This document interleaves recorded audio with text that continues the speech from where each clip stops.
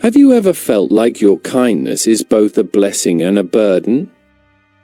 Like when you show compassion, some people melt in your light, but others seem quietly threatened by it.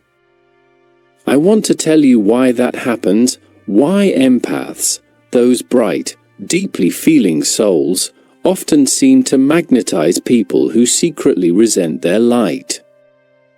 And along the way, I'll draw on the wisdom of Carl Jung, whose insights into the shadow, projection, and individuation offer a compelling lens to understand this phenomenon. Imagine stepping into a room, and you instinctively sense the emotional undercurrents, not merely your own, but those of everyone present.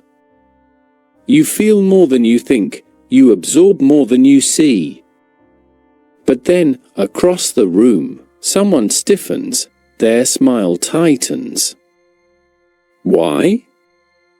Because your ease highlights what they can't face, their own darkness. That invisible tension is where our story begins.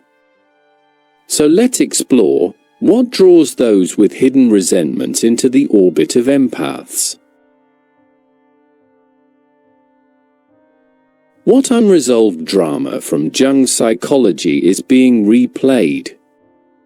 And, most importantly, how can this dynamic be transformed so empaths stop attracting resentment and instead cultivate clarity, resilience, and true connection? 1. Who are empaths? First, let's define who we mean by empath. In popular use, an empath is someone who feels other people's emotions as if they were their own. But under the surface, Jungian psychology offers a deeper explanation. Empaths are individuals with particularly porous ego boundaries. Their sense of self is so attuned that they unconsciously tune into the emotional frequencies of others. That means when someone around them is anxious, envious, or deeply wronged, the empath feels a pulse, a subtle vibration in their own body, mind, or spirit. Now, such deep emotional attunement can feel meaningful and compassionate. But it also comes with risks. Without awareness, the empath doesn't just observe another's pain, they absorb it. Anxiety becomes theirs, grief becomes theirs, even resentment and rage. Yet because they think it's theirs, they may try to resolve it as such, soothing others, apologizing for others, or taking responsibility for emotions that aren't theirs to manage. And why is this so common in empaths? Often, it roots in early patterns. Perhaps as a child, emotional attunement was survival. You learned that to be seen, to be safe, you needed to feel what others were feeling. Over time, that internal mechanism can become a trap. You feel their shadows, and unconsciously, you expect their emotional rescue or gratitude, only to find resistance or resentment when it doesn't come. 2. Jungian roots, shadow, projection, and the wounded healer. Carl Jung's concept of the shadow refers to the parts of ourselves we do not consciously acknowledge, traits or impulses we deny, suppress, or reject. Everyone has a shadow. It harbors envy, unexpressed anger, self-doubt, and fear. Jung argued that unless integrated, the shadow doesn't disappear, it projects. That means these unresolved qualities get seen in others. A person may despise arrogance in someone else, yet fail to see their own pride. For an empath, this projection dynamics becomes intense. Because they're so open, people unconsciously cast their unacknowledged shadows onto the empath. The empath becomes the scapegoat, the container for those disowned energies. And the empath, steeped in sensitivity, feels it all: confusion, pain, and the impulse to soothe or make good what they didn't break. Jung also introduced the wounded healer archetype, a person who is drawn to helping others precisely because they carry similar wounds. For empaths, this archetype is powerful. They may empathize because they felt the same suffering. Yet without self-awareness, this turns into codependency. The empath may subconsciously seek validation by healing others, absorbing pain in the hope that this mutual understanding will bring connection or seal an invisible debt. 3. The dynamics. Why empaths attract resentment. Why do empaths attract people who, beneath polite conversation or quiet smiles, resent their light? First, empaths naturally mirror clarity, dignity, and grounded presence. For someone battling inner chaos or insecurity, that clarity can feel alarming. It triggers shame or envy. If you suppress your own gifts, the presence of someone embodying them can feel like exposure. Second, empaths tend to hold space. They listen deeply and offer emotional labor. Unfortunately, some people unconsciously rely on that labor while resenting being held. They feel seen, but it's threatening if they sense they might have to face their own shadow in the mirror implicit in empathic presence. So resentment grows, not because of what the empath did, but what they reflect, access to light the other cannot yet bear. Third, unconscious projection mechanisms exaggerate minor resentments. A small irritation, like a slight disagreement or misaligned values, can take on shadow weight when projected onto an empath. The empath becomes the persona for the resentment. That means every criticism, even mild, becomes emotionally loaded, leaving the empath exhausted and bewildered. 4. Shadow projection in relationships.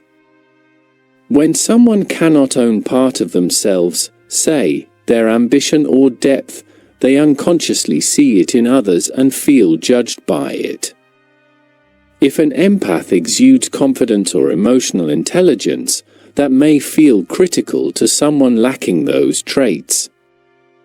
Rather than doing inner work, they project, "You're being arrogant, you make me feel small." The empath becomes the unwanted billboard for what the person fears inside themselves.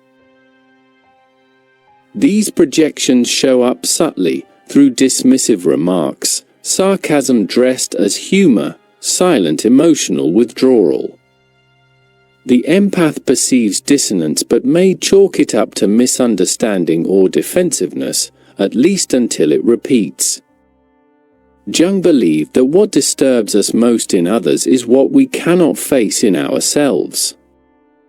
So the empath inadvertently carries burdens that originate in someone else's shadow, not their own. Without intervention, this dynamic becomes self-perpetuating. The empath feels drawn to repair or explain, deepening their emotional involvement. The other person, feeling safe but still threatened, grows resentful of that involvement. So the empath ends up carrying resentments meant to keep them small. 5. Empath, narcissist interplay. A powerful pattern involves empaths and narcissists. Narcissists often lack internal emotional attunement and rely on external energy and validation to feel alive. They gravitate toward empaths who unconsciously give emotional fuel. But narcissists are threatened by emotional depth in others because it highlights their emptiness. This sets up a classic cycle. The empath gives empathy, care, emotional containment.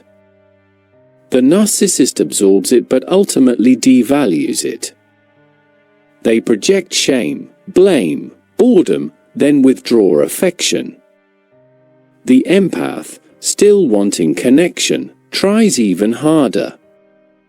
The narcissist resents the emotional dependency, but unconsciously also relies on it. It's a burn-bright cycle, intense, draining, and destructive. Jungian understanding helps. The empath must recognize that saving the narcissist is not their destiny. They must differentiate compassion from codependency. Unless boundaries are formed, the empath becomes stuck in a loop. Individuation offers a path out to respond, not react, and reclaim emotional autonomy. 6. Psychological contract and trauma loops. Many empaths carry an unspoken internal contract: if I service your feelings, you'll love me or accept me. That's a script often written in childhood. Emotional care equals safety. So when adulthood people engage, empaths repeat old code: I feel your pain, I'll fix your broken parts, hoping love or approval follows.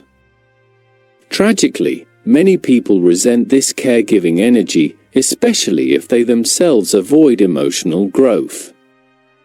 They may accept comfort but reject transformation. So the empath gives and the other takes, and may resent being held if they feel indebted or exposed. Over time, the empath gets burnout. They second-guess their motives. Why am I so tired? Why do I feel unseen? The trauma loop is clear: give, absorb, expect, reciprocation, none, repeat. Jung's individuation work helps break this by consciously choosing where emotional labor is healthy and where letting go is necessary. 7. Individuation toward boundary-conscious empathy. Jung's solution isn't turning empathy off. It's evolving empathy through individuation, integrating shadow and forging healthy boundaries. First, shadow work. Empaths must learn to recognize when they are feeling their own pain versus someone else's.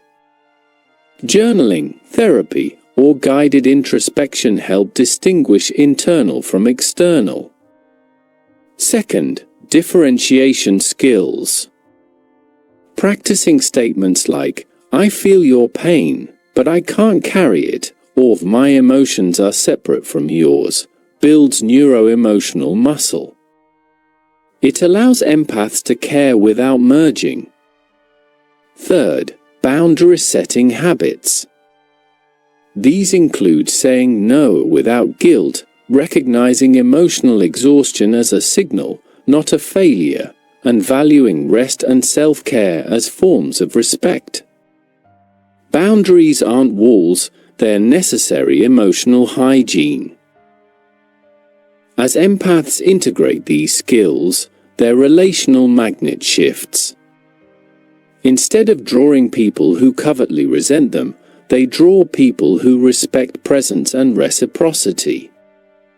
The empath evolves from drained victim to conscious channel, someone whose light invites connection, not conflict.